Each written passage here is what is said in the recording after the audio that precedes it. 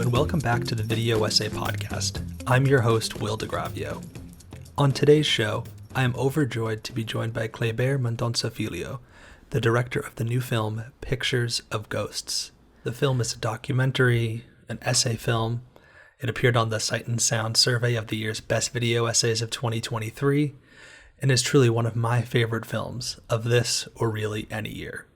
The film concerns Kleber's hometown of Recife in Brazil, set at the apartment that his mother built, one that later became a space that he filmed again and again in his movies.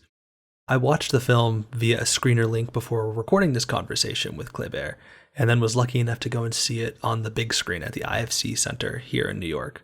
And all I can say is, please go check out this film on a big screen if you can. And be sure to follow the Grasshopper Film website for any updates on when it might be showing near you. As always, you can learn more about the Video Essay Podcast at thevideoessay.com. Follow us on social media platforms, and subscribe to our newsletter, Notes on Videographic Criticism, at thevideoessay.substack.com.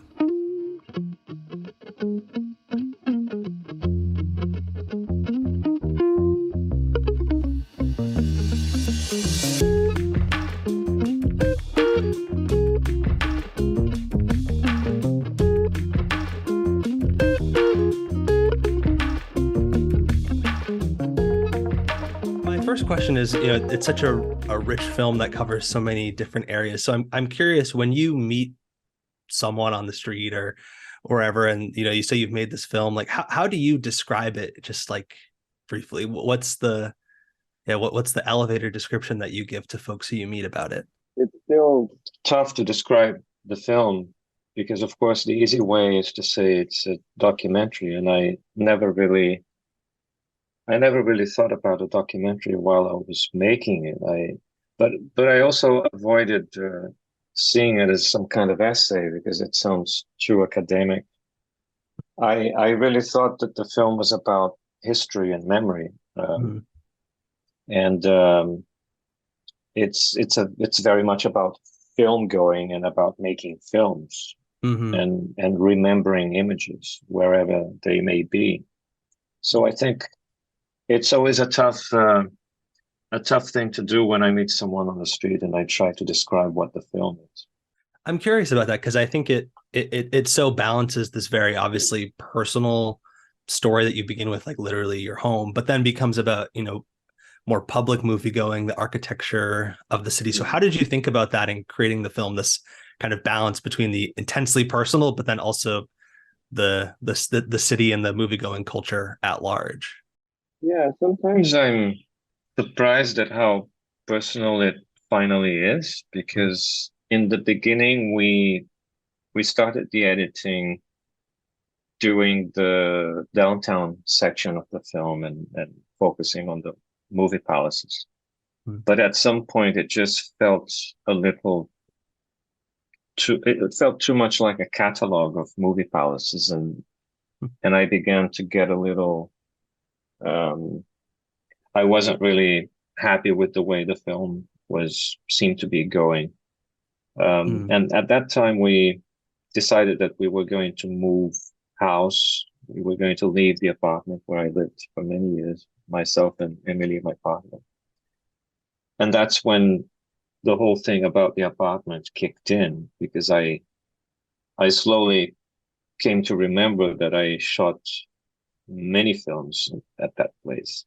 So it wasn't only a place of life, of normal life, but also a place of cinema, of making films. There are some very early primitive VHS videos and films, and Super 8 and Betacam, and finally Neighboring Sounds, which were shot on 35mm Techniscope. So I had all kinds of images of the same living room and the same bedrooms and the bathroom. And it really felt like it was the same concept, the same idea I had for the film, for the downtown section. It was essentially the same thing. And then why did it get personal? Because it would be unnatural to just show the apartment without ever mentioning who lived there. And then when I realized that I had to actually mention that I lived there, I could not leave out my mother and my brother. So so suddenly I'm talking about these loved ones, and also I show my kids and my life. Mm-hmm. But I really don't think I really don't think that's what the film is about. You know, I really think the film is about space and how we inhabit space. Mm-hmm. And that could be an apartment, a home, or a cinema, or the streets, in fact. And it's true that when I began to edit the apartment section, I thought that I had found the film, and it was a good feeling because it happens in every film. Sometimes you're a little lost, and at some point it's when you click and you find the film.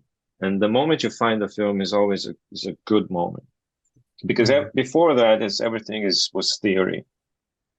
When you write a script, it's theory. When the actors rehearse the script, you say, I think it might work. And that's when you begin to find the film.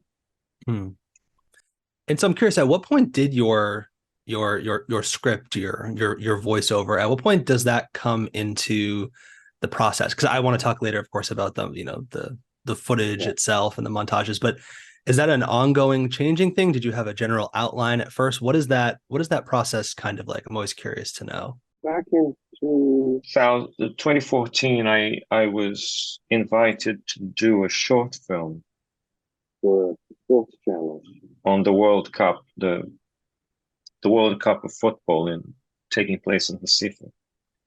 And that was the first time I put my voice. I did a voiceover narration in one of my own films. And to my surprise, I actually enjoyed the process. In the beginning, it's a little hard because it's your own voice and it's kind of strange. But I finally enjoyed it, and I really liked that short film, that little film. And this time I had no questions about whose voice was going to be. I just knew that I would record my own voice. But I did not want to do it in a studio with two guys or a woman looking at me, and technician kind of thing, kind of a cold, technical, professional thing going on. So I decided to record in my own office after 11 p.m., after the kids went to bed. And I got myself a special iPhone microphone from Zoom, which is actually quite good. And I just held my phone and I would write the lines on my computer screen, and I would just record it. Oh wow! And then I would take the voiceover narration the next morning to the editing. We would work on it, and then what the pictures were asking for that same evening, I would record 3 or 4 new lines, and that's how the recording took place. Because I tried to write the whole narration, but it was terrible. It was cold, and it just didn't. The best way the way it worked was me looking at what we had edited, and then I would almost do a commentary, not really a narration. I was making observations on the general idea of what the film was presenting at that moment. It's great that fascinating that you liken it to kind of a director's commentary, because of course we're looking at many of your past works. And I was wondering what was it like going through the archive of your work? Like how first, I guess, how do you archive your past work, and what was the process of like going through it?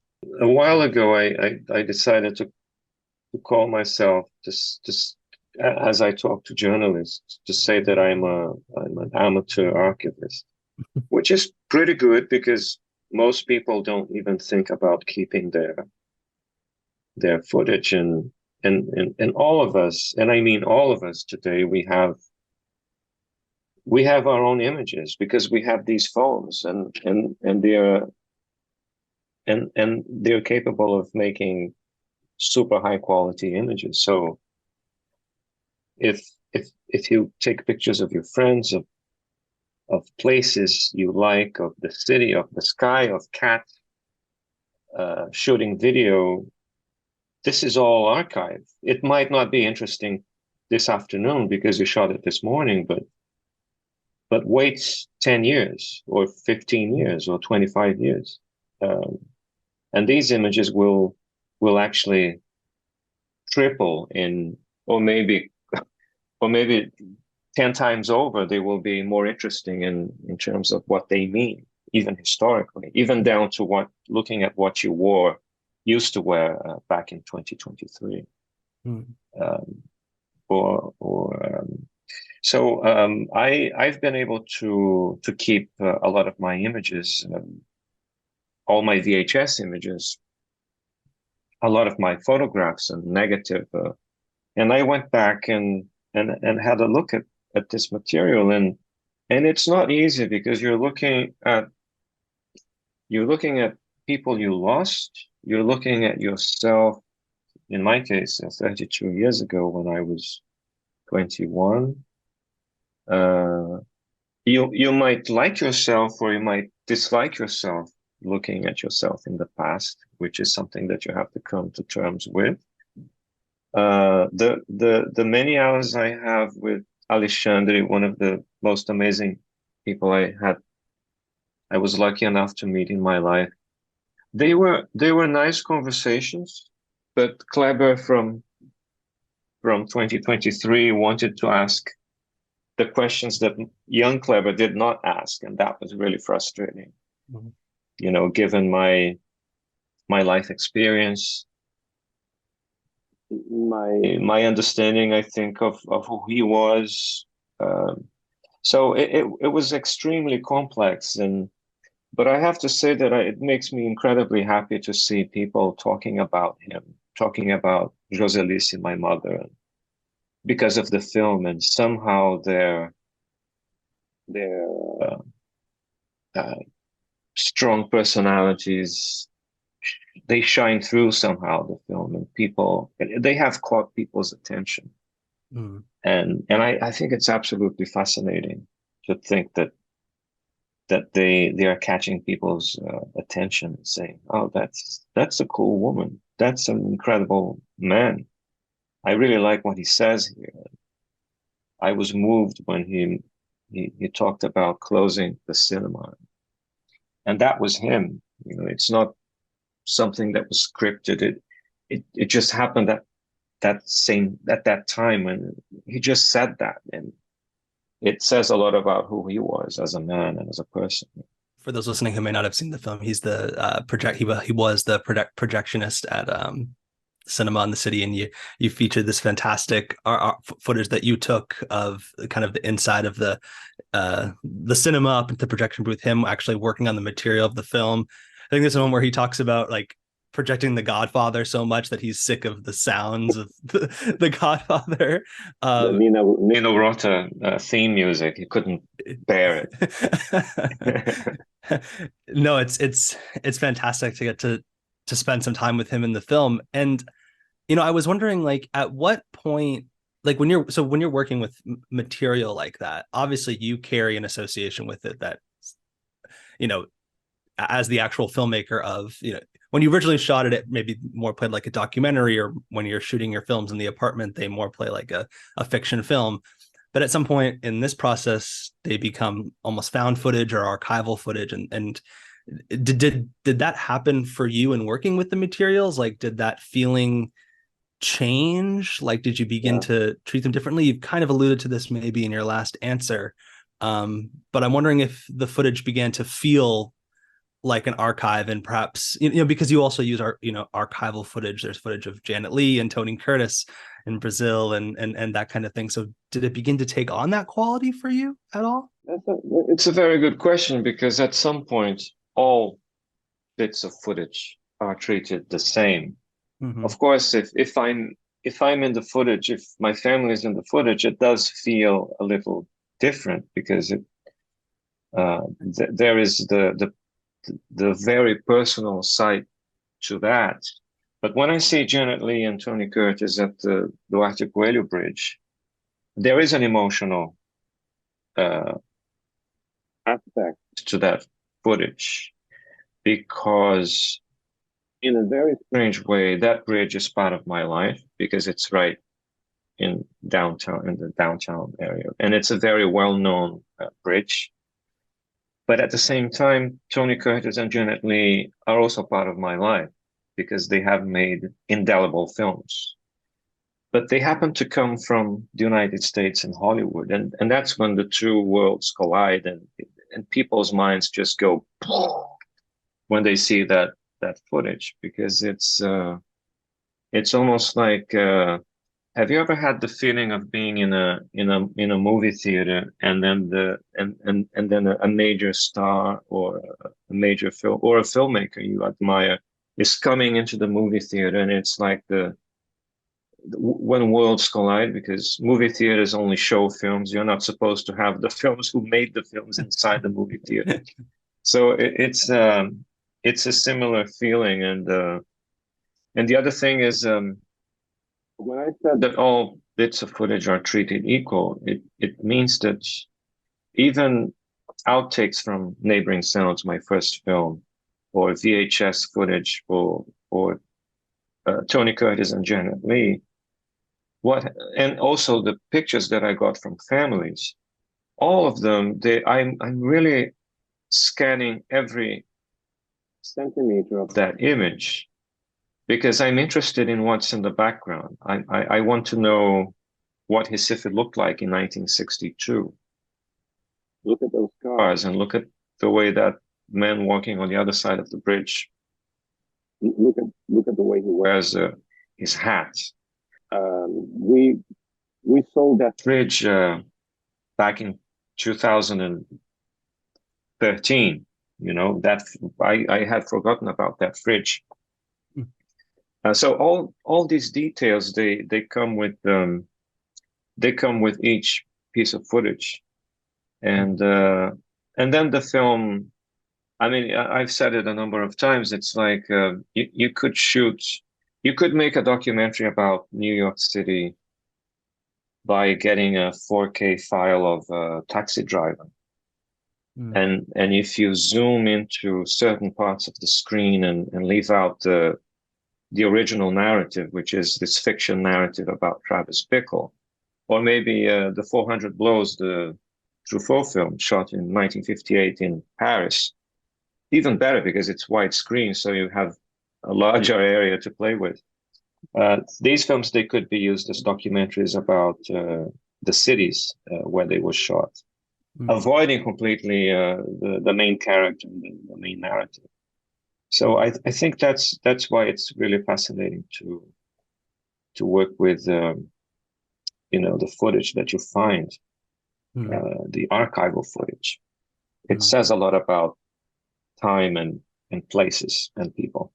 Yes, there's a moment in your film where you're talking about a Brazilian film on Eisenstein, I believe, and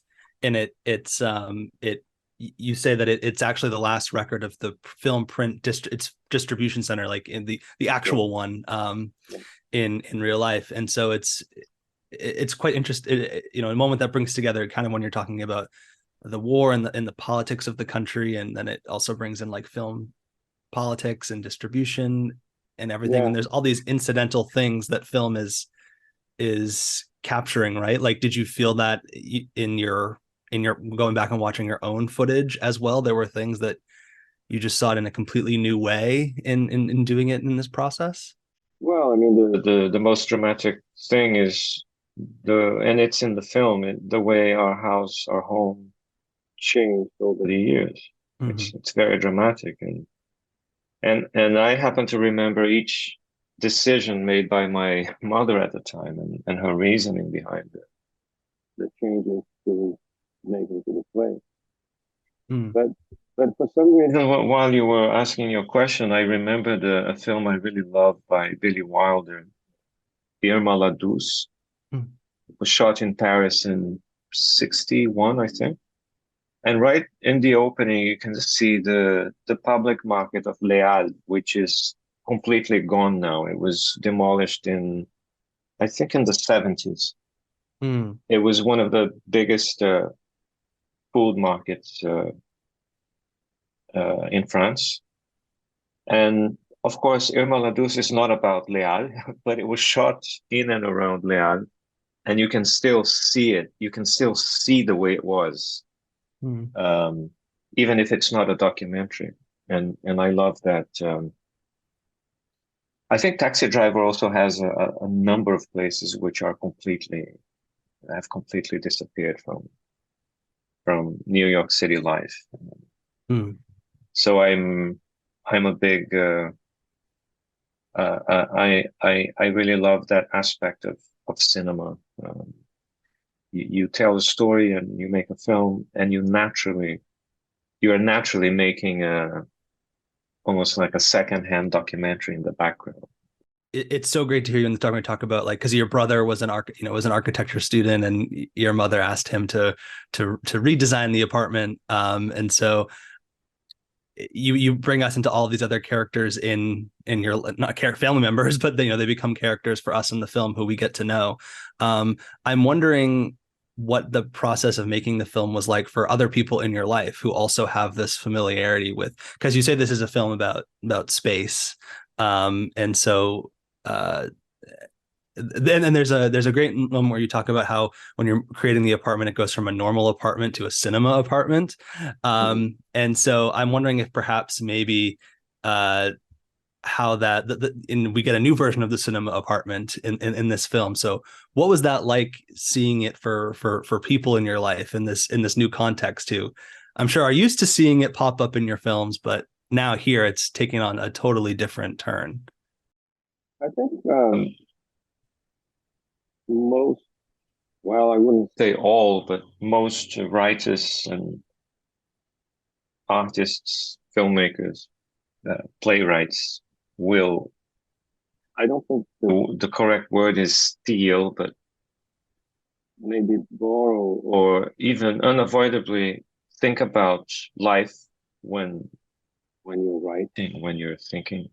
I mean, I have many actor friends, and they do think about people they met throughout their lives when they're composing a new character, and it's unavoidable. And my films, they have always been, and I'm of course not the first filmmaker to do this. Thousands have done it before me. I have used bits and pieces, bits of memory and ideas from the past, from my own life experience, and it's only natural that I should also expose that in a very kind of frank way. But luckily, because I'm not dealing with some of the very unpleasant aspects of life, trauma, tragedy, I think most people connected to myself, they felt touched or just happy with this film. I think the most painful area, and I was very careful to be respectful, is discussing the neighbor's house. But every shot you see in the film is literally from our window. It's my point of view on the neighbor's house. I was never inside that house. There was not one shot made from inside the house. I never broke in. But it was difficult for many years to deal with almost the physical difficulty of dealing with having that house as a neighbor, and but somehow I have quite a lot of affection for Nico, the dog. He gave us a very hard time for a number of years, but today I remember him almost like a literary character. And I think in the end it's almost like an homage to Nico. as an animal, as a being, which somehow became part of our lives. And we did not have a dog. Yes, Nico is this dog who lives right next door, and who I think you said right in the film that on the weekends he would be left kind of outside and he would just be barking all the time. Yeah. And there's a moment in the film where you think you hear his voice, but then it's actually your neighbors are watching a previous film of yours on television, and you hear this voice where Nico's howling and barking was recorded by myself and used in the film. Yeah. So in the future, he comes back as some kind of television ghost, or movie ghost. Well, I was going to ask, that was actually going to be my next question, was this idea of ghosts. And really just there are ghosts that appear throughout the film in different ways of thinking, whether we're talking about memory or a phantom image that you at one point capture. And how do you think about ghosts in relation to this project, whether it be literal ghosts, memories, or kind of reanimating those who are with us, like Nico, through cinema? What does it mean to you? When we think about ghosts, you can be very pragmatic and say ghosts do not exist. I'm not a religious person. It's all bullshit. But I really love the idea of the poetic idea of ghosts. That really pleases me because I think the idea of ghosts makes reality more interesting. It's like a twist on reality. It's like you're blurring the lines of reality because now you're feeling a presence. There might be someone behind me, watching me. I can feel a presence in the room. It makes everything more, more dramatic and more interesting and eerie. And so the poetic idea of ghosts is something that really I really love, and there is no other medium which is more welcoming to that idea than cinema. Well, literature, of course, but cinema is incredibly fertile for that notion. I saw last week, a few days ago in London, The Eternal Daughter, Joanna Hogg's film. Yes. And there it is.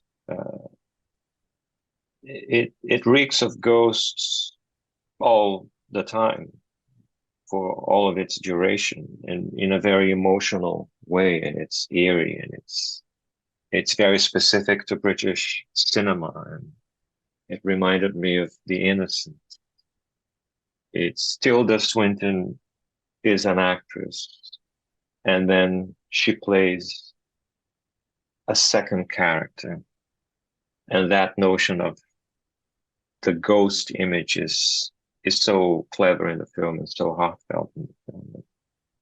So yeah, I really love this film's connections with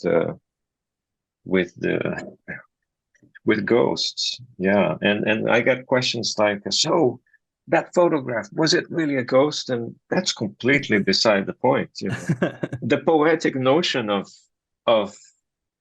the whole thing, yes, of course it is a ghost. The technical explanation for it is boring, and it will probably tell you that it is not a ghost, even if I can't quite explain how that ended up in my camera, and I don't know who that person is. But I really prefer the poetic explanation. Yes, it is a ghost. It is a ghost, and for a couple of months I was known as the medium. I was they wanted to take me to these spiritualist centers. Is that what you call them? And that's more interesting than any technical explanation. Absolutely. Well, I think that note on the relationship between the poetic and the technical and leaning into the poetic is a great place to end. Thank you so much for taking the time to talk to me, and congratulations again on the film. Thank you very much. It was good talking to you.